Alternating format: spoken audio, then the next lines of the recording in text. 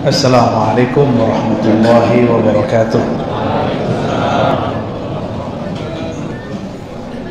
Alhamdulillahilladzi 'allamana bil Qur'an wa khalaqal insana.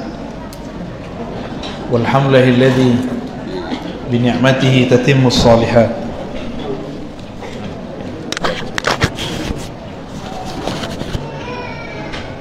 Walhamdulillahilladzi bi nurihi ذهب عنا الجهل والنفاق والفسق. أشهد أن لا إله إلا الله وأشهد أن محمدا عبده ورسوله. اللهم صل وسلم وبارك على سيدنا محمد وعلى آله وآل بيته وذريته أجمعين. أما بعد. Kurang kenceng ya. Bapak pengurus, para ulama, para habaib yang mukarram Allah, semoga selalu sehat walafiat. Amin. Terutama hadirin hadirat pecinta Allah, pecinta Rasulullah sallallahu alaihi wasallam. Tadi saya request kitab Kanzul Ma'rifah. Udah datang belum kitabnya? Belum ya? Dadakan ya? Masih tahunya tadi jam 8 sih.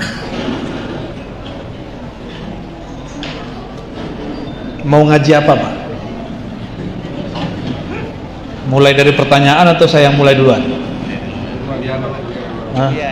Saya duluan. Menjaga hati dengan ma'rifatullah katanya. Berat sekali. Hati dan ma'rifatullah. Baiklah ya. Mari kita mulai kajian ini dengan baca surah Al-Fatihah. Ar-Rahmanir-Rahim. Shiratal ladzina an'amta 'alaihim.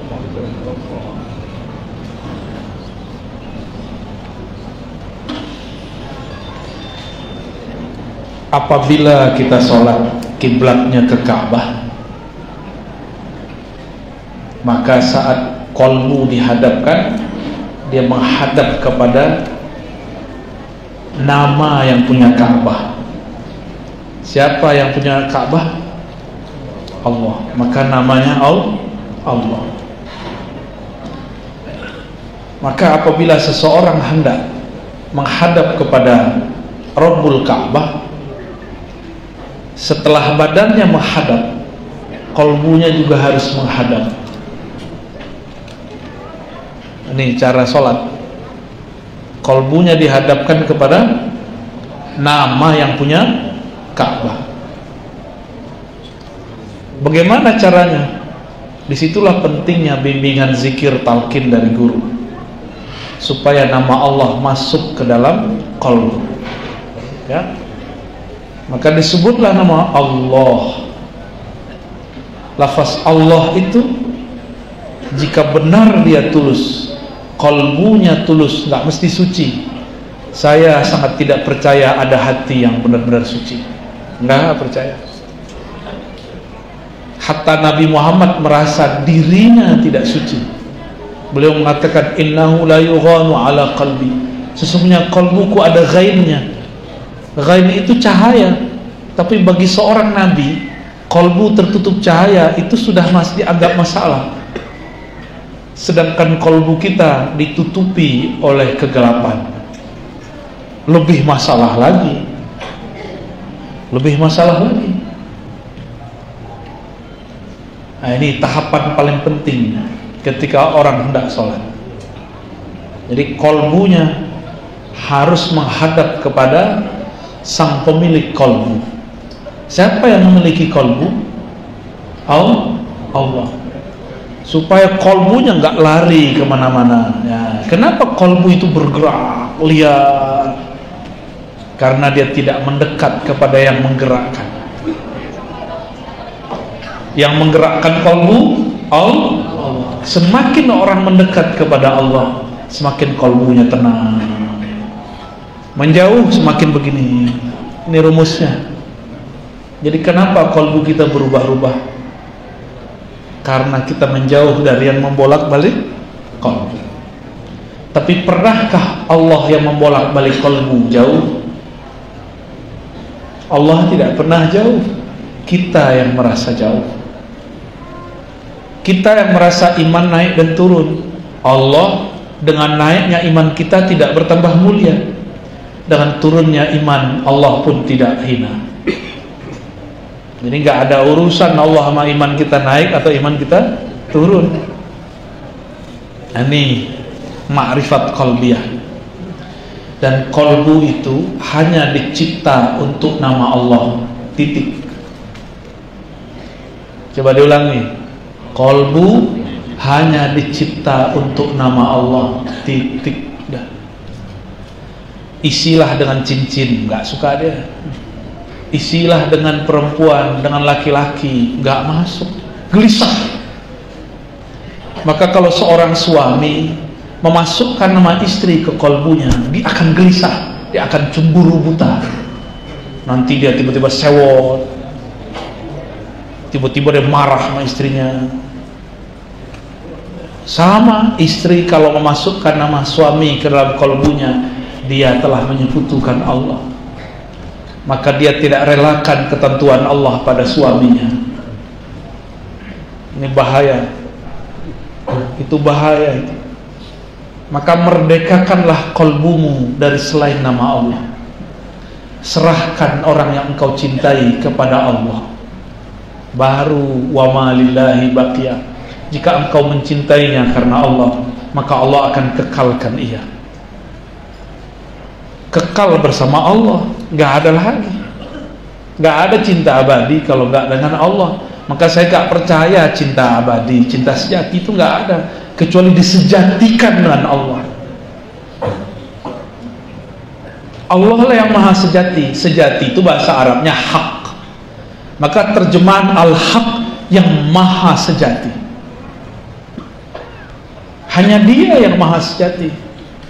Hanya dia yang berhak bertahta di dalam hati.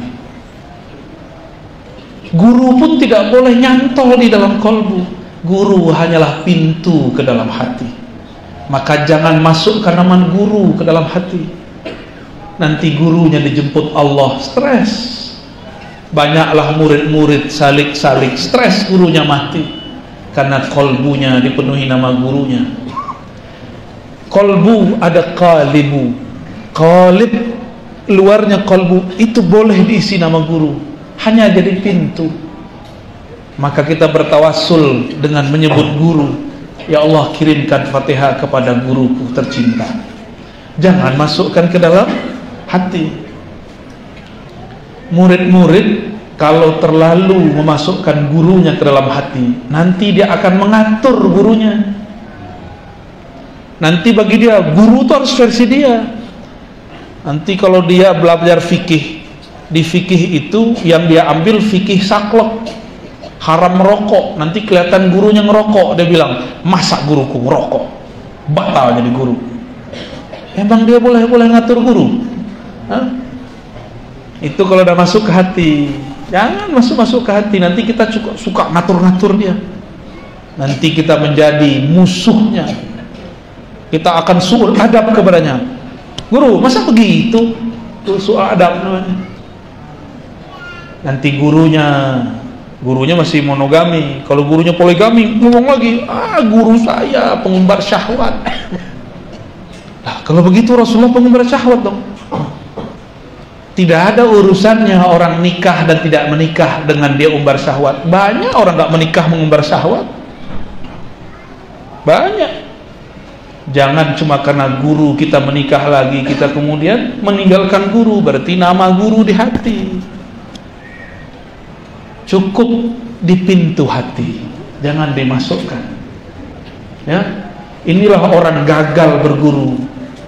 Ya, dia gagal berguru, apalagi ibu-ibu nih, hati-hati.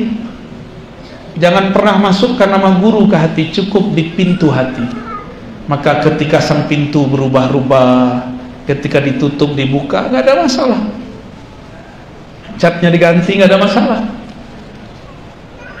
Ya, supaya kita tulusnya hanya kepada Allah. Tadi rumusnya apa? Kaedahnya apa? Hati hanya dicipta untuk nama Allah. Maka mencintai guru hanya karena Allah, bukan karena menurut saya itu guru, menurut kamu berarti kamu berguru dengan nafsumu. Buya, Ustadz, Kiai, guru, pemahaman guru sama dengan pemahaman saya. Emang kalau nggak sama kamu berhenti berguru? Sudah, pergi sana. Ya. Apa kita mengatur guru? Emang kalau guru nggak sesuai paham kita, kita tinggalkan? Berarti kita suul adab mengatur-ngatur guru. Inilah yang terjadi pada murid-murid kazib. Ada dua jenis murid. Murid yang hatinya kazib, hatinya bohong. Guru menghantarkan dia kepada Allah, dia malah berhenti pada gurunya, dia atur-atur gurunya. Disitulah beberapa guru yang berhati belum kamil mukamil, lemah. Akhirnya ceramah ikut selera jamaah. Terjadi, udah banyak terjadi. Akhirnya mursyid ikut selera orang-orang yang nguntit kepadanya. Akhirnya guru tidak punya pendirian, yang penting jamaah senang. Itu sama dengan orang dagang bisnis, yang penting konsumen enak, tenang, yang penting tetap diundang, yang penting ilmunya dibeli terus. Nauzubillah min dzalik. Ya, wa ma lillahi baqiyah, yang karena Allah pasti kekal. Bapak sayang sama istri nggak? Karena dia cantik atau karena melihat ada keindahan Allah pada dirinya? Nah, kayaknya pertanyaan ini baru sadar hari ini. Kalau karena dia cantik, mata kita bisa ngelihat yang lebih cantik. Ini bukan berarti apa-apa ya. Gimana Pak? Yang pertama, pasangan yang kekal itu yang dia memandang pasangannya lebur dalam cinta Allah. Gak ada lagi cinta dia, baru nanti berpasangan di surga. Kalau enggak, dia tidak akan berpasangan di surga. Mau sampai masuk surga? Maka lepaskan nama dia dari kolbu, masukkan nama Allah, baru sertakan nama dia di luar kolbu. Ya. Jadi kolbu hanya dicipta untuk nama Allah. Kolbu kita sudah tergadai lama. Makanya baru saja takbir, pikiran sudah kemana-mana. Baru saja baca zikir, pikiran tidak bisa konsentrasi, karena kolbu sudah tergadai dengan dunia. Benarlah kata Rasulullah, sungguh lelah hamba-hamba dunia, sungguh tersiksa hamba-hamba duit, apalagi hamba-hamba popularitas. Capeknya bukan main. Tapi beruntunglah hamba Allah, karena dia merdeka. Itulah hamba Allah yang di kolbunya hanya ada Allah. Itulah syair yang dulu orang baca, ma fi qalbi ghairullah, tidak ada di kolbu kecuali Allah. Itu baru benar. Maka mulai siang ini, mulai duha ini, mulailah berlatih. Sebutlah nama Allah di kolbu. Kolbu saya keras, nggak apa-apa. Nama Allah itu lebih keras. Tapi satu yang keras jangan dilawan keras, lawan dengan kelembutan. Tapi rutin. Betapa Allah menciptakan ayat-ayatnya, ayat-ayat yang tercipta. Ada ayat-ayat yang dikalamkan, ayat yang dikalamkan tidak dicipta. Ayat yang terlihat itu ayat yang dicipta. Ketika kita melihat batu yang keras, setiap hari kena tetes, berlobang, maka ukirlah nama Allah di dalam kolbu. Itulah makna daripada surat Al-Muzammil, wazkurisma rabbika wa tabattal ilaihi tabtila. Sebutlah nama Allah, Rabbmu, penciptamu, wa tabattal, rajin-rajin, itu maknanya. Sungguh-sungguh. Jangan hari ini zikir, besok tidak zikir. Setiap hari, setiap hari. sampai namanya terukir di dalam kolbu. Jika namanya terukir, memancarlah cahaya. Beberapa orang melihat namanya, itu biasa, jangan merasa spesial. Kita tidak menyembah huruf, kita tidak menyembah nama. Yang kita sembah yang punya nama. Ini pun harus diingatkan. Banyak orang yang menyembah nama, yang menyembah huruf, maka dia bayangkan ada lafaz alif lam lam ha yang dia sembah. Ini juga tidak tepat. Yang kita sembah yang punya nama. Jadi mulai sebut nama Allah di kalbu. Ya, wazkurisma rabbik. Dalam Al-Quran dikatakan wazkur rabbaka fi nafsi. Surah Al-A'raf, sebutlah Rabbmu di dalam nafsmu. Ini level bawah. Yang tadi level tinggi, langsung di kolbu. Sekarang nafs. Nafs ini dibagi. Nafs hakiki, kolbu dan ruh. Nafs yang tidak hakiki, badan dan jiwa. Orang mati berpulang badannya, tersiksa jiwanya. Tapi jika di kolbunya ada nama Allah, maka dia sungguh bahagia. Dia akan dipulangkan kepada yang punya nama, Allah Subhanahu wa ta'ala. Mulai, ya, dimulai. Apa kata baginda Rasul sallallahu alaihi wasallam? Innallaha harrama 'alan nar. Sesungguhnya Allah mengharamkan terhadap api neraka. Hadis Imam Bukhari. Kepada siapa diharamkan? Man qala la ilaha illallah. Kepada orang yang dia membaca la ilaha illallah, bukan dari lisannya, tapi min qalbihi, dari kolbunya, atau min nafsihi, atau dari jiwanya. Yang sudah ikut talqin waktu di Kiram, ya? Nah, amalkan. Yang belum, cari guru sendiri lagi, ya. Karena saya mentalqin itu nunggu isyarat juga. Kalau orangnya sudah nol semua, tiba-tiba kita bisa mentalqin. Tapi kalau masih mencoba-coba, mendengar-dengar, kolbu, kenal kolbu, nggak bisa dipaksa, Pak. Walaupun Bapak siap, di belakang Bapak belum siap, ya. Ada orang yang ingin ngaji sama saya karena ingin dengar saya kritik Wahabi. Seneng kalau saya ada kritik Salafi Wahabi, bahagia dia. Kalau saya nggak kritik Salafi Wahabi, dia bilang, ah ini belum ustadz saya ini. Ada lagi yang sudah belajar torikot. Kalau saya sebut nama torikotnya baru dia seneng. Nah ini baru ustadz saya ini. Nah ini yang ngatur-ngatur ustadz kerjaannya. Ada yang sudah asik di kolbunya. Kalau si ustadz khutbah ngajar tidak menyebut kata kolbu, dia bilang, ah belum sampai si ustadz. Lebih tinggi dia dari ustadz. Suka ngatur-ngatur ustadz, itu bukan murid, itu baru mustami'. Ya, baru mustami', pendengar. Baik.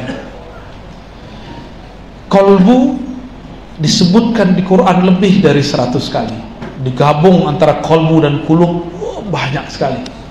Lebih banyak dari jumlah sholat, lebih banyak dari jumlah zakat, lebih banyak dari jumlah semua amalan yang ada. Kata kolbu yang lebih Allah seriuskan. Tapi kenapa sekarang orang sholat sibuk dengan celana jingkrang? Kenapa orang sekarang sibuk dengan masalah jenggot?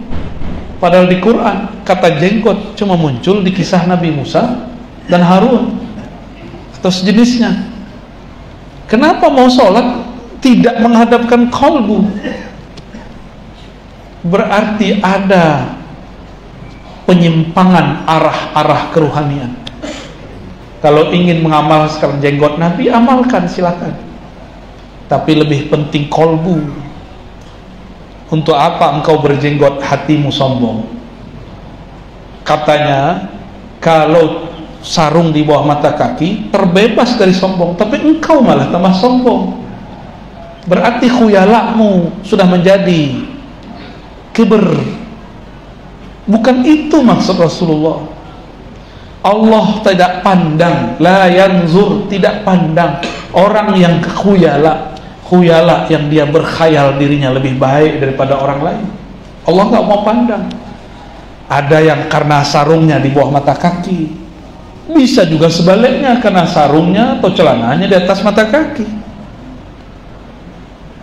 Jadi gak ada urusan, itu urusan kolbu. Allah hanya mandang kolbu. Yanzuru ila qulubikum. Allah itu kalau memandang ke dalam kolbu, bukan ke sarungmu, bukan ke celanamu, bukan ke jenggotmu, bukan ke tasbihmu. Memandangnya ke dalam kolbu. Maka betapa ridhonya Allah ketika ia memandang kolbu sang hamba. Ternyata di kolbunya ada nama dia, Allah. Baru dia berdesir. Jadi kenapa ada orang bergetar iza zukirallah wajilat qulubuhum, disebut nama Allah bergetar kolbunya. Zukira, apa arti zukira?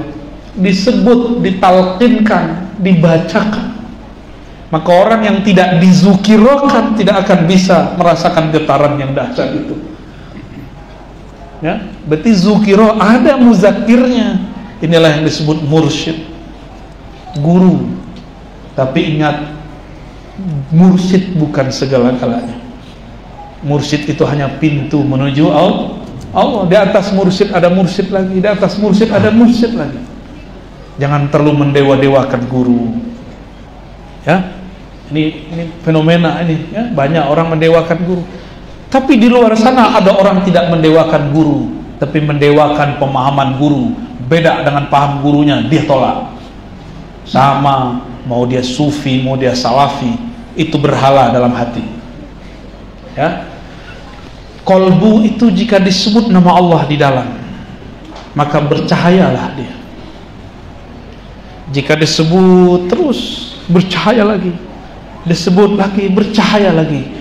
Kullama zadul ism, setiap bertambah nama, ya, fasamat al-qalb, maka kolbu tambah tinggi cahayanya. Jadi siapakah kolbu yang gelap? Kolbu yang tidak diisi nur kalimatullah. Fanawwiru qulubakum biismin min asma'illah, maka beri cahayalah kolbumu dengan nama-nama Allah. Nabi mengatakan, jika engkau melewati kebun-kebun surga, maka petiklah. Sahabat bertanya, wahai Rasulullah, apakah itu? Dijawab oleh Nabi, halaqah zikr. Hilaq itu lingkaran. Lingkaran orang berzikir, ada yang zahir, kelihatan. Tapi yang berzikir itu badan atau kolbu? Maka sebenarnya hilaq, lingkaran itu ada di dalam kolbu. Maka orang yang sudah mempunyai taman-taman surga di kolbunya, satu orang itu sudah sama dengan 1000 orang berzikir. Itulah sebabnya orang ini, jika ia didatangi orang lain, orang itu mendapatkan manfaat dari bertemu dia. Itulah kenapa ada guru, taman surganya kuat untuk kuota 1 juta orang, kuat untuk kuota 10 juta orang, kuat untuk kuota berapapun orang memetik nama Allah dari kolbunya, tidak pernah habis. Itulah makom-makom guru. Ada guru hanya dapat dipetik oleh 10 orang, ada guru yang hanya dapat memetik 1 orang, ada guru hanya dia aja yang memetik dirinya sendiri, ada yang guru yang mau dipetik sudah mulai layu, ada guru badannya sudah terkubur di tanah tapi ruhaninya masih berbuah. Karena ruhaninya masih berbuah, meskipun tubuhnya sudah wafat, murid-muridnya masih dapat manfaat. Itulah guru-guru yang taman-taman kolbunya, taman-taman zikir ruhnya dikekalkan oleh Allah Subhanahu wa ta'ala. Beruntunglah orang bermursyid, Allah akan selalu kasih dia irsyad. Beruntunglah orang berguru, maka kolbunya akan tertuju kepada Allah yang dimaksud. Jadi taman-taman hakiki di mana? Di kolbu. Karena kita belum jadi taman, marilah kita memetiknya. Memetiknya dari kolbu para guru. Ada guru yang dipetik buahnya sebelum buahnya matang. Sekali dipetik, murid-muridnya bilang nggak enak, maka muridnya nggak datang lagi. Tapi iklan dan promonya tinggi, tetap saja ada yang datang. Ketika ditanya kenapa pahit Tuan Guru, oh ini jamu. Sebenarnya memang dianya pahit. Paham ilustrasinya? Ada orang jadi guru sebelum matang, belum diizinkan gurunya sudah tampil, belum matang buahnya dia sudah jual. Akhirnya orang cuma mau beli sekali. Kata dia, ini sudah matang, kita coba, belum matang. Ada yang sudah matang, kematangan. Paham? Kalau kematangan pas dibelinya sampai di rumah busuk. Kata orang, aku tak mau beli lagi. Ternyata zikir itu efeknya bisa membusuk, bisa basi.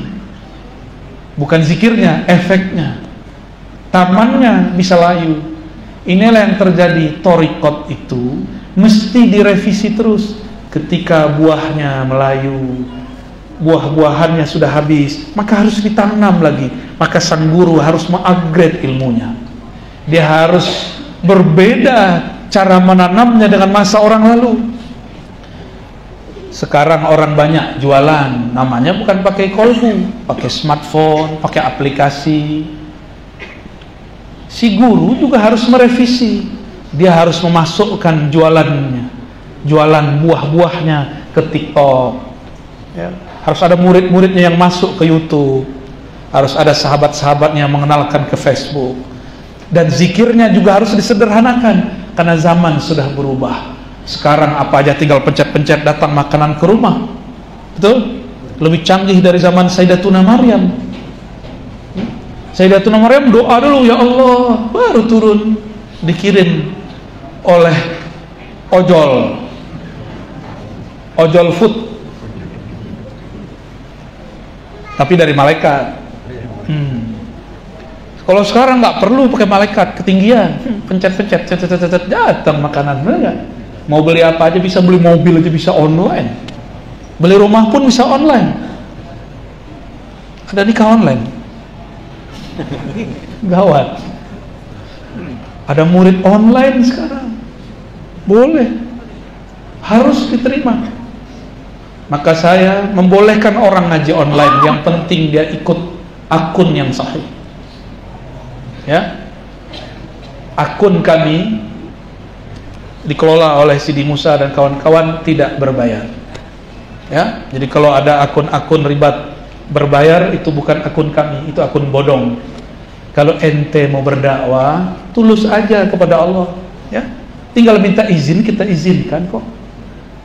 Jangan memalsukan nama, ya.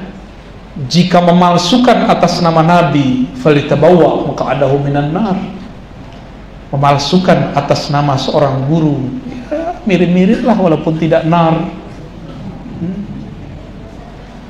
Nggak sampai nar, tapi mirip-mirip. Oleh gurunya bersanad ke Rasulullah Sallallahu Alaihi Wasallam. Hati-hati ya. Kita nggak pernah larang orang ambil video kita, nggak pernah. Ambil silakan. Karena niat kami memang untuk menyebarkan sebanyak-banyaknya. Ya, tapi yang fair. Kita nggak minta juga kok. Ya, mau ngetes duitnya kita nggak minta. Nggak usah bohong-bohong di sosial media. Ya, maka jangan heran. Nanti juga di dalam dunia thariqah, dalam dunia tasawuf juga begitu. Dalam dunia kolbu ada mursyid-mursyid bodong, seperti akun-akun bodong, sama. Hati-hati ya, masuk ke mimpi, masuk ke sosial media, sama. Jadi kolbu ini, suara apa itu? Kolbu orang istighfar ya. Nah, sekarang kita masuk. Kalau tadi bahwa kolbu itu adalah taman, siapa yang kolbunya sudah menjadi taman, barulah dia didatangi oleh orang-orang yang hendak hiburan. Maka bertemu guru itu lebih indah daripada main-main di laut. Bertemu guru yang kolbunya sudah jadi taman-taman rohani, lebih syahdu daripada di pegunungan. Bertemu guru yang kolbunya sudah menjadi hutan belantara asma-asma Allah, lebih asik daripada berkemah di tengah hutan. Betul-betul indah. Tapi jangan terjebak pada guru. Pujilah zat yang memuliakan guru. Jika Allah izin, maka nama masuk ke dalam qalbu. Nama masuk ke dalam qalbu. Ciri-ciri Allah membantu seorang hamba, maka Allah membantunya membaca namanya, yang mana namanya jika disebut itu langit bisa pecah, planet-planet itu berbenturan, gunung-gunung bisa hancur, bumi pun bergetar. Tapi Allah izinkan masuk ke dalam qalbu. Berarti qalbu manusia lebih kuat daripada langit dan bumi. Inilah rahasia kenapa Rasulullah bisa kuat naik ke aras. Itu rahasianya. Karena qalbu beliau lebih kuat daripada qalbu Sayyidina Jibril. Ya, itu rahasianya. Ketika beliau diusir, dicaci maki, beliau tidak balas mencaci maki. Jibril sudah marah. Ternyata Jibril itu nggak penyabar juga, Bangnya. Ini rahasia kita ya. Maaf, kata Jibril. Pantas yang jadi Rasul itu Nabi Muhammad SAW yang punya sifat sidq. Malaikat Jibril dapat satu sifat itu, sidqun. Tapi malaikat Jibril tidak dapat sifat yang lain. Ya, jadi Sayyidina Jibril dapat sifat sidqun, tapi tidak dapat sifat yang lain. Karena Sayyidina Jibril di saat Al-Azazil, malaikat yang kemudian dipecat, banyak berzikir tapi tidak mau mengenal nama yang digandengkan dalam zikir. Di saat itulah Sayyidina Jibril menyebut nama Muhammad. Maka dia membenarkan Nabi Muhammad walaupun dia belum melihat nurnya, tapi dia berselawat kepadanya sallallahu ala Muhammad. Ribuan tahun Sayyidina Jibril berselawat, baru dia melihat nur Muhammad sallallahu alaihi wasallam. Maka dia menunggu bertahun-tahun, ribuan tahun, kapan lahirnya sang cahaya ini. Di saat dia lahir, baru hamil nih, Allah kabari, Jibril, tuh Aminah namanya, dia sedang mengandung cahaya yang engkau salawati. Maka setiap malam malaikat Jibril turun melihat Aminah, nungguin apa gerakan yang ada dalam perut Aminah. Sesekali diizinkan Allah mengabarkan, wahai Aminah, jika itu anak lahir, namakan Muhammad. Itu Jibril nungguin. Coba pernah mimpi ketemu Jibril nggak, Pak? Enggak, belum ya. Tapi ada orang nggak ketemu Jibril mengatakan Aminah musyrik. Ya, dia nggak musyrik, yang ngomong ini nggak musyrik, tapi ketemu Jibril belum pernah. Paham maksud saya apa? Kira-kira kalau ada kiai sekarang mengatakan saya bertemu Jibril, itu wali bukan? Wali bukan? Mungkin loh Pak, mungkin. Jibril kan masih turun, tapi nggak wahyu. Kan tidak ada dalilnya mengatakan Jibril nggak turun lagi. Jibril tidak bawa wahyu, benar-benar. Tapi kalau turunnya, jika ia turun kepada Sayyidatuna Aminah, Sayyidatuna Aminah dapat melihat Jibril, kira-kira Aminah siapa? Wali. Wali nggak? Antum wali nggak? Bisa ngeliat Jibril nggak? Wali murid. Itu benar itu. Sayyidina Ibnu Abbas bukan mimpi, ro'a, melihat Jibril 2 kali. Makanya ilmunya Sayyidina Jibril ada pada Ibnu Abbas. Jibril itu kalau mau khatam Quran cukup satu napas. Satu napas Jibril. Kita satu napas Fatihah aja dibid'ahkan kawan. Dia nggak tahu kalau dalam hadis musalsal ada namanya musalsal Fatihah satu napas. Ada musalsal Fatihah satu nafas. Kata kawan dia nggak ngerti, ngapain itu bid'ah. Jadi bid'ah versi dia kalau dia nggak ngerti. Tuh suka-suka makan bid'ahnya ya. Guru saya Syekh Hasan itu saking marahnya, keselnya di bid'ah-bid'ahin sama anak muda. Kata beliau, kau nih kalau kentut kayak bunyinya bid'ah. Sampai begitu beliau marah. Tapi marahnya sambil canda ya. Gimana? Ada yang ketemu malaikat Jibril? Kalaupun ada, saya belum tentu percaya. Siapa tahu yang jin ngaku malah jadi Jibril ya kan? Iya. Hah? Aiden ngaku itu Jibril. Lia Edan.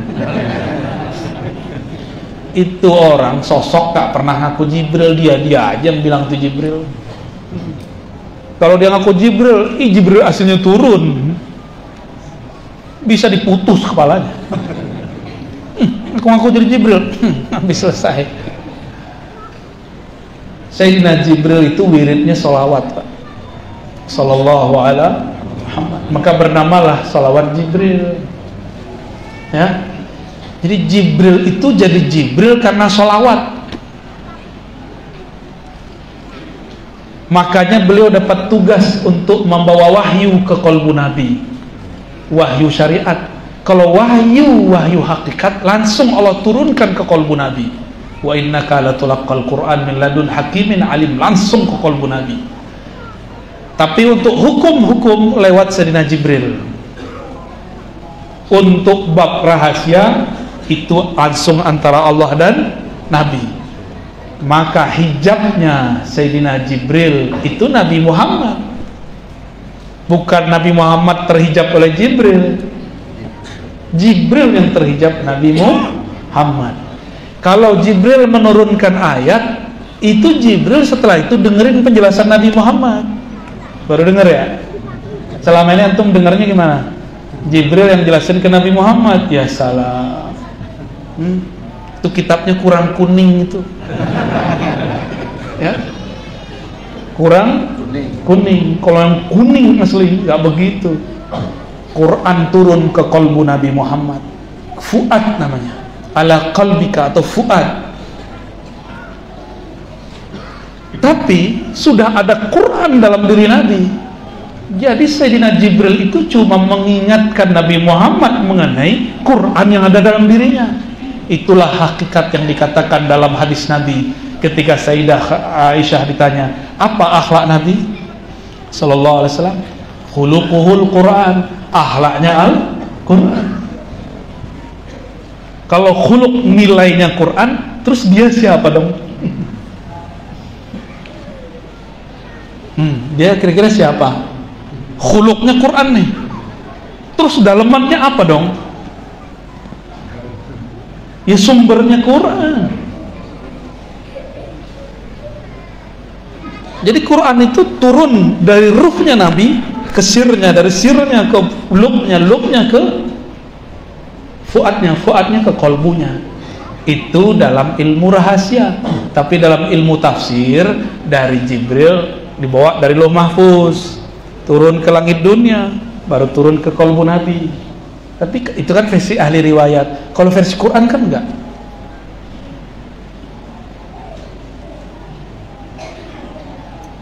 Allah menyebut Quran itu qara'a. Qara'a, jamaah artinya. Allah kumpulkan Quran itu di kolbu Nabi. Hanya kolbu Nabi lah yang bisa menampung Al-Quran. Kita ini karena bukan Nabi Muhammad, kita paling dapat beberapa nur Quran. Ada yang dapat nur Al-Fatihah, ada yang dapat nur Kulhu, ada yang dapat nur Al-Baqarah, ada yang dapat nur Al-Mulk, ada yang dapat nur Waqi'ah, ada yang dapat nur Toha. Itu Allah bagi-bagi. Setiap kekasihnya datang dengan ayat-ayat itu kepada Allah Subhanahu wa taala. Maka setiap wali ada ayatnya. Nabi Idris saja ada ayatnya.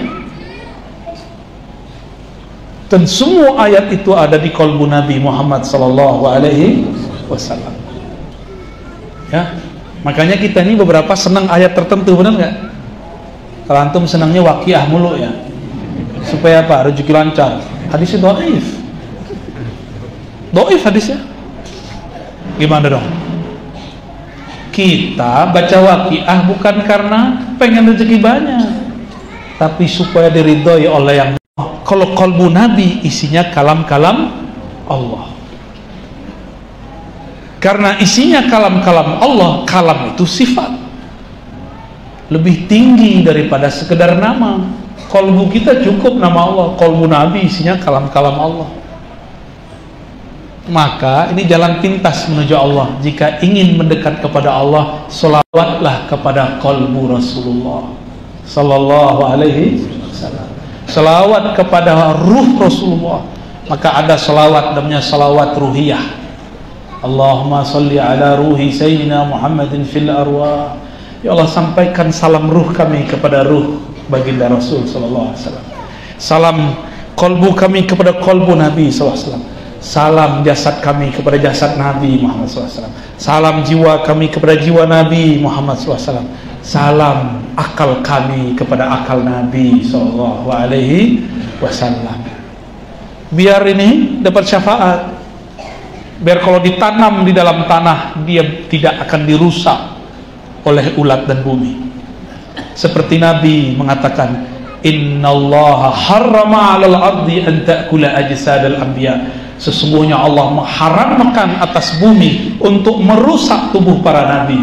Kita tambahkan wa warasatuhum, dan pewaris-pewaris mereka. Gimana? Saya mau gimana jadi pewaris? Nggak pernah nyantri, nggak apa-apa. Emang sahabat Nabi nyantri? Pesantren kilat ya Pak ya? Ada lulusan pesantren kilat sini? Ya, bulan puasa ya. Maka Bapak Ibu yang hadir, poin saya tadi 3 itulah. Qalbu hanya dicipta untuk nama Allah. Yang kedua, taman-taman surga hakiki adalah qalbu para wali yang berzikir kepada Allah. Dan yang ketiga, qalbunya Rasulullah adalah kalam-kalamnya Allah. Ya? Maka berselawatlah kepada Rasulullah, engkau akan dekat kepada yang dibaliknya Rasulullah, Allah subhanahu wa ta'ala. Dipandang dari sisi zatnya, dia bernama Ahad. Dipandang dari hembusannya, Allah menamakannya Ahmad. Dipandang dari sisi cahayanya, bernama Nur Muhammad. Dipandang di akhir zaman, bernama Al-Mahdi.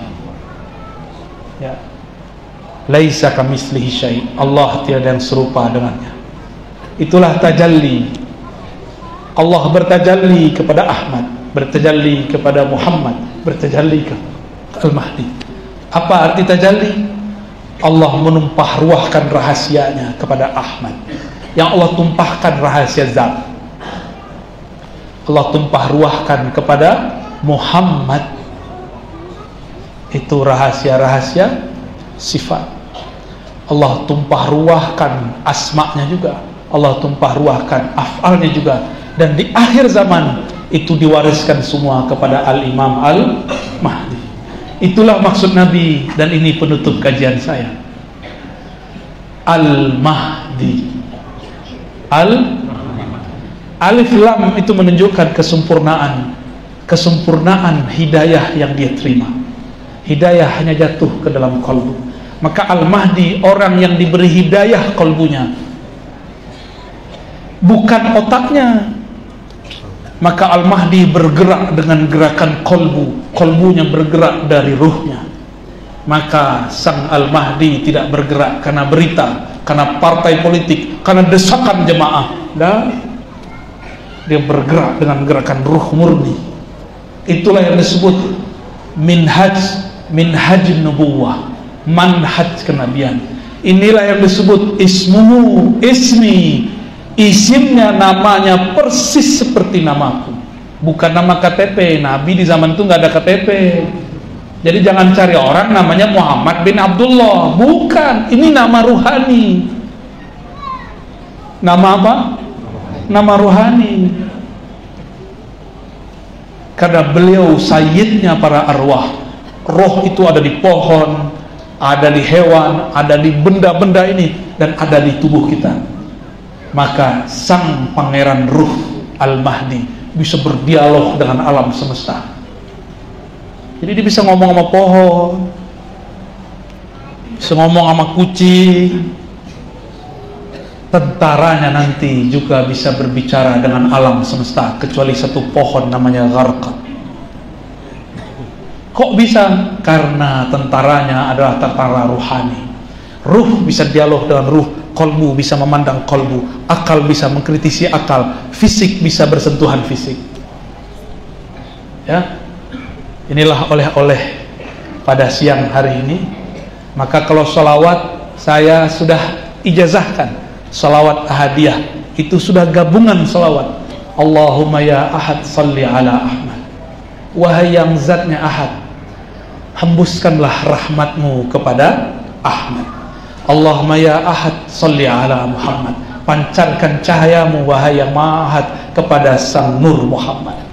Ya Allah ya ahad salli ala al-mahdi khalifatika. Ya Allah ya ahad.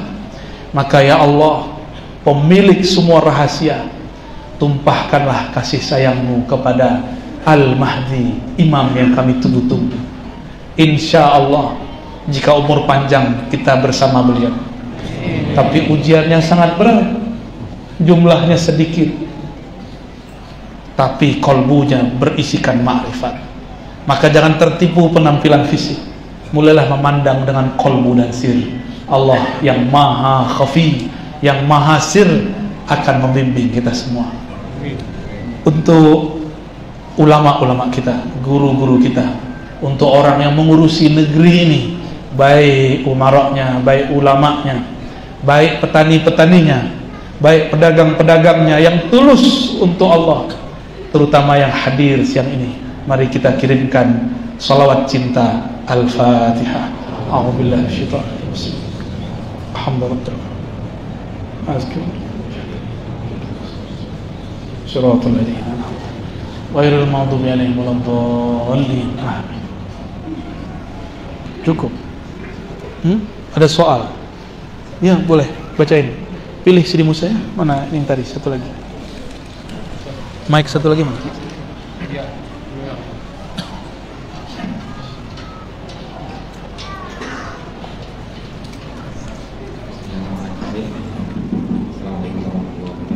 Assalamualaikum.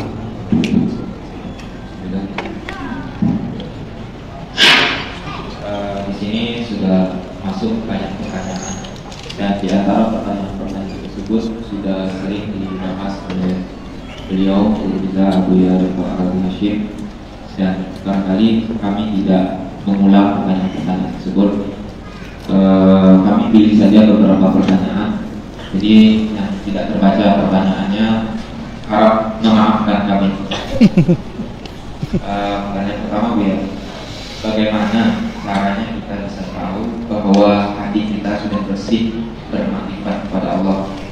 Sedangkan yang saya pernah dengar ada sebuah pernyataan seperti ini, bahwa siapa yang merasa hatinya bersih maka sebenarnya hatinya kotor. Sebaliknya yang merasa dan begitu juga siapa yang merasa bermakrifat maka bisa jadi dia belum bermakrifat. Itu perkataan Sayyidina Al-Hasan Al-Basri, Sayyiduz Zahidin, sayyidnya ulama zuhud di zamannya, diriwayatkan oleh Imam Bukhari di dalam kitab Sahih Al-Bukhari, Kitabul Iman. Ini sahih. Maka Imam Bukhari ini ngerti kalam-kalam ahli kolbu sufi. Dia menyatukan tasawuf dengan tauhid. Tasawuf itu bagian dari puncak keimanan. Makanya kalau buka Kitabul Iman ketemu kalam ini. Bukhari loh ya. Jadi kalau antum masih nanya, emang Imam Bukhari bertasawuf? Tuh tasawufnya. Beliau nukil dari Imam Al-Hasan Al-Basri dan imam-imam salafus saleh. Jadi salaf yang dimaksud Imam Bukhari bertasawuf. Salafnya antum nggak bertasawuf. Ya. Man amina minan nifaq fahuwa munafiq. Siapa yang merasa kolbunya bersih dari kemunafikan, dialah munafik. Kita bersihkan kolbu, tapi merasa bersih nggak boleh. Jadi kajian-kajian kesucian kolbu tidak boleh sampai pada kesimpulan kolbumu sudah bersih. Ini kajian tinggi, kalian belum sampai makom. Lagu amat ente. Ayo sini uji kolbunya. Ya. Merasa begitu aja udah sombong. Merasa ilmu kita ini ilmu tinggi, itu udah sombong. Ya usah merasa tinggi-tinggi sekali. Ya. Yang tinggi cuma Allah Al-Aliyul Ghaffar. Allah kalau mau ngangkat orang wali nggak perlu kajian aneh-aneh. Cukup dia ngasih makan anjing jadi wali dia. Ngasih makan kucing jadi wali dia. Dia selamatkan seekor lalat jadi wali dia. Kok bisa begitu? Itulah teka-teki jadi wali. Wali itu nggak mesti suci. Justru ada dua jenis kewalian. Ada wali yang datang dengan kesucian, taat. Ada wali yang datang dengan rasa maksiat. Dua-duanya wali. Lalu untuk apa Rasulullah? Kalau enggak begitu, untuk apa Rasulullah menceritakan tentang pelacur yang jadi wali, yang diampuni Allah? Kalau diampuni Allah kan wali. Antum ini belum tentu diampuni Allah, walaupun sholat banyak, karena merasa sholat. Ya, merasa sholat. Fawailul lil musallin, celaka bagi orang yang merasa sholat. Jadi kalau masih ada yang nanya, Ustaz, saya sudah zikir kok gak tenang? Ya ente sih sudah zikir. Zikir gak ada sudah-sudahnya. Ya ayyuhallazina amanu zkurullaha zikran katsiran. Kalau zikir dari orang beriman, perintahnya sebanyak-banyaknya, bukan sudah berzikir. Ustaz, saya sudah sabar. Gak ada. Kalau sudah sabar berarti sudah jauh dari Allah. Udah berhenti sabarnya. Allah bersama orang yang sabar. Kalau sabar sudah selesai, selesai juga sama Allah. Ya, gitu. Ya, jadi itu benar bahwa ada ungkapan tadi dan diriwayatkan oleh Imam Bukhari di dalam Sahih Al-Bukhari. Jadi tasawuf sudah dinukil dalam kitab Sahih Bukhari. Wallahu a'lam bishawab. Dan syukur ya. Pertanyaan berikutnya terkait dengan fana bil afham. Ini penanya meminta tentang suatu cerita di mana ada seseorang pada siang hari bulan puasa minum kopi, makan roti 3 potong. Ketika ditanya kenapa bapak melakukan itu, dia bilang itu Allah memakan. Katanya sudah fana bil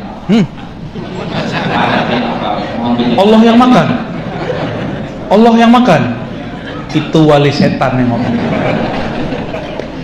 Kalau ente nggak mau puasa, bilang saja saya nggak puasa, nggak apa-apa, bisa jadi wali.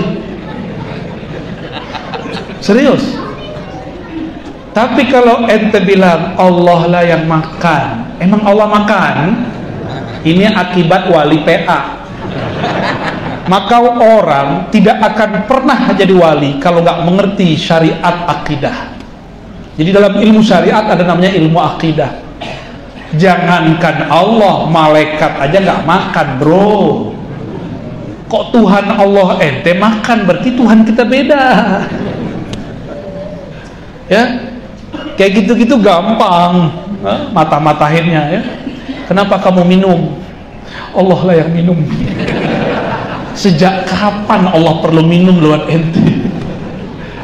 Itu kelihatan kalau dia jahil bis syariah. Jadi ciri-ciri bukan wali Allah, kalamnya bertentangan dengan ilmu akidah. Itu aja.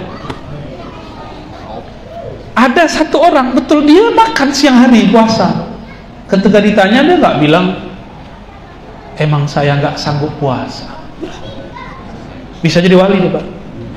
Jujur dia. Itu sahabat Nabi ya, Ibn Malik Al-Ashja'i nggak ikut pergi berjuang. Jadi mau berjuang ingat rumah, izinlah kepada Rasulullah, izin sebentar pulang nengok anak, nengok istri. Sebenarnya nengok anaknya, ibunya anak. Sampai di rumah, kata istrinya, abang, kalau abang mati bagaimana abang? Anak kita gimana abang? Ini nih, istrinya masih menyekutukan Allah dengan suaminya. Istrinya ingin menguasai suaminya, bukan menyerahkan cintanya kepada Allah Subhanahu wa ta'ala. Akhirnya suaminya pun tersentuh. Ya juga ya dek ya, peluk-pelukan. Wah, udah orang berangkat dia nggak jadi berangkat. Pulang-pulang bawa ghanimah, harta rampasan perang. Ibn Malik al-Ashja'i datang, tapi sebelum dia datang sudah ada 50 orang antri, semuanya mengaku sakit. Padahal ngelonin istri di rumah. Tahu ngelonin istri? Nggak tahu ya, bahasa orang seberang, bahasa orang Banjar apa tuh ngelonin istri? Mama kuti. Serem amat. Oh, maaf. Ada 50 orang ngaku-ngaku, wahai Rasulullah, kami sakit, kepalaku sakit. Ujung-ujungnya bagi-bagi dong harta rampasan perangnya. Nggak berjuang tapi pengen dapat hasil. Munafik. Tapi Nabi walaupun tahu orang ini munafik, jika dia bersyahadat, jika dia ngakunya sakit, Nabi tidak bilang, kamu hatinya kotor. Nggak ada. Rasul itu nggak boleh ngomong begitu. Kalau dia ada ngomong ya sudah, Nabi kasih. Tapi ada 3 orang melongo, bengong. Perasaan orang itu dia nggak sakit deh. Perasaan kemarin dia guling-guling deh. Yang itu kawin lagi, yang itu godain. Tapi dia diam aja. Ibn Malik al-Ashja'i datang kepada Rasul, mengatakan, wahai Rasulullah, mohon maaf, mohon ampun, mohon ridha. Saya tidak ikut jihad, tapi tidak ada alasan apa-apa. Bukan karena sakit, bukan karena sibuk, nggak ada apa-apa. Hanya memang aku yang salah. Jadi dia nggak bilang Allah tidak menggerakkan aku berjihad. Allah menggerakkan aku untuk apa? Mamakuti istri-istri. Enggak, dia enggak ngomong gitu. Ya. Maka Nabi Muhammad SAW diperintahkan memberi dia tarbiyah. Maka Allah Subhanahu wa taala katakan, biarkan dia 40 hari. Cek kolbunya 40 hari. Benarkah dia seorang yang terbebas dari kemunafikan? Maka mulai hari itu dipisahkan dia dari istrinya. Tuh, istri-istri begitu tuh dipisahin tar. Dilarang dia untuk bergabung dengan jamaah sahabat, tapi dia tetap datang ke masjid. Ketika dia memandang Rasul buang muka. Kalau kemudian dia menunduk Nabi baru lihat dia, Nabi kasihan nih bocah. Tapi dia jujur, maka Nabi suka sama orang jujur. Nabi suka, cinta, sayang dengan orang jujur walaupun dia maksiat. Maka jujurlah kepada Allah, jujurlah kepada Rasul. Jangan sok suci. Jujur kepada Allah, ya Allah, aku memang kotor ya Allah. Itu dia. Ternyata di hari ke-38, 39 ada utusan dari Rum dan Persia bersilih ganti surat dari raja-raja mereka. Wahai Ibn Malik al-Ashja'i, engkau telah dicuekin, telah dibuang oleh Muhammad. Marilah datang ke tempat kami, jadilah panglima berpangkat tertinggi. Itu godaannya. Di depan utusannya dibilang, oh ini surat dari Tuanmu, saksikan ya Allah, aku merobek suratnya. Di saat dia merobek, dirobeklah hijab di langit. Tabir taubat, tabir maghfirah, rahmat pun terbuka. Di saat itulah Rasulullah dapat wahyu. Panggil Ibn Malik al-Ashja'i. Allah sayang kepadanya, Allah cinta kepadanya karena dia jujur kepada aku. dia tidak merasa suci. Semoga kita termasuk orang-orang yang jujur. Jujur ke diri, jujur kepada Allah, jujur kepada Rasulullah sallallahu alaihi. Kalau jujur sama istri saya nggak ada urusan, Pak, ya. Itu urusan Bapak itu. Ya. Mungkin tanya terakhir. Terakhir. Karena tadi sudah masuk ke bab jujur yang masih terkait dengan itu, bagaimana supaya kita bisa menjadi hamba yang hidup, dan penjelasan tentang hidup itu sendiri bagaimana Bu? Ridho bahasa Arab, masuk ke Persia jadi reza, masuk ke Indonesia jadi rela. Bapak rela nggak Pak? Saya cubit Pak. Rela nggak Pak? Tuh 3 kali nggak balas. Kenapa Bapak rela saya cubit? Karena cubitannya karena Allah. Lagi, apa lagi? Cubitannya karena Allah.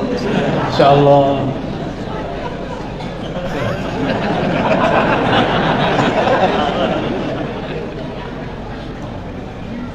Kalau Bapak digampar sama anak, balas gampar nggak? Dicubit sama istri, dibalas pakai bibir. Ya. Kalau saya tadi yang cubit, yang dipandang Allah, dahsyat. Karena dia percaya saya ngapain? Beliau kenal saya. Maka ridho itu dimulai dari kenal. Coba anak orang gampar kita gampar balik. Ya. Coba ada perempuan gak jelas cubit-cubit kita, kamu siapa? Tapi karena beliau kenal saya cubit 3 kali, itu kan tes aja tadi. Biasanya kan langsung begini ya. Ini enggak. Maka supaya ridho, kenalilah siapa yang memuji. Supaya ridho, kenalilah siapa yang memberi. Yang memberi dan yang menahan pemberian, dia juga. Benar. Kalau yang memberi Allah, yang menahan pemberian juga Allah. Jika Allah menahan, sebenarnya Allah sedang memberi di sisi yang lain. Maka orang akan ridho. Jika ada pandemi, pasti ada jalan keluar dari pandemi. Ridho nggak? Masa nggak ridho? Ya. Maka jika ada sakit di badan, saya lihat nih ada yang punya penyakit tahunan ya. Ada yang penyakitnya mingguan, ada yang bulanan. Kalau bulanan tuh akhir bulan. Kalau tahunan akhir tahun, kontrakku gimana ini ya. Ada yang harian. Padahal Tuhan Allah yang kerja tahunan, yang kerja harian sama. Maka jangan bergantung kepada kerja harian, tahunan. Tetap bekerja, gantungnya kepada Razzaq, Allah yang Maha memberi rezeki. Jika dia uji, kita ridho. Jika dia beri, kita syukur. Jika dia angkat, kita ikhlas. Jadi caranya cuma satu. Kenali dia, engkau akan cinta.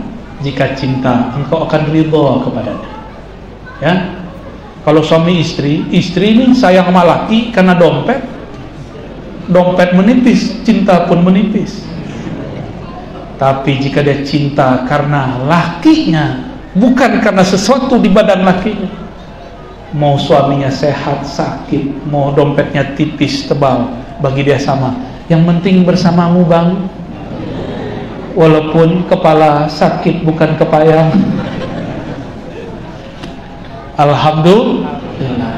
Semoga kita diberikan ridha Allah Subhanahu wa taala. Masih ada waktu, cukup ya, udah habis. Katanya udah habis Pak. Saya tamu jadi ngikut beliau. Kalau tadi cubitan masih ditahan, kalau yang ini nggak bisa ditahan. Kita hargai beliau. Gimana Pak? Cukup? Maaf Pak ya. Kita hindari nafsu kita Pak ya. Saya kalau ngikutin nafsu, saya jawab semua pertanyaan. Bapak Ibu yang dimuliakan Allah, mari kita minta ridha Allah dengan berkah surah Al-Fatihah. Kita minta kepada Allah yang menurunkan Al-Fatihah, semoga meridhai siapapun yang hadir siang ini, siapapun yang mendengarkan kajian kita hari ini. Jauh dekat, Allah tetap maha dekat. Tuhan kita di sini, Tuhan kita di sana sama. Tuhan kita di alam nyata, di alam maya sama. Untuk itu terimalah Fatihah dari kita semua. Al-Fatihah. Iya kan. Suratul Ladzina Allahumma ya munazzil al-Fatihah. Ya Allah yang menurunkan surat cinta, surat Al-Fatihah. Kami miskin cintamu ya Allah. Kami memerlukan perhatianmu ya Allah. Ya Rabb la takilna ila anfusina walau tarfat ain. Ya Allah, dengan syafaat Nabi-Mu, maka jangan biarkan kami mengurus diri kami sendiri. Bantulah kami mengurus diri kami ya Allah. Allahumma salli ala Sayyidina Ahmad.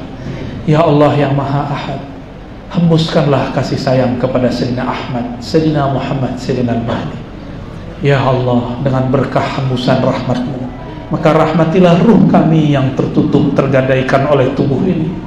Bebaskan kalbu kami dari penjara dunia ini. Jadikan kami mukmin yang merdeka, hamba Engkau yang hanya menghambakan diri kepada-Mu, bukan kepada harta dunia, bukan kepada pasangan, bukan kepada obat, bukan kepada tempat bekerja ataupun atasan.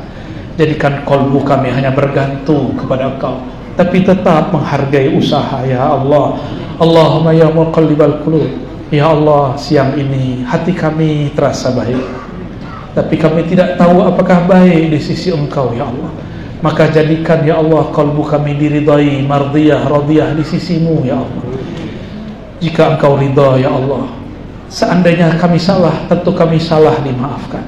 Ij'al sayyi'atina sayyi'at man ahbabta.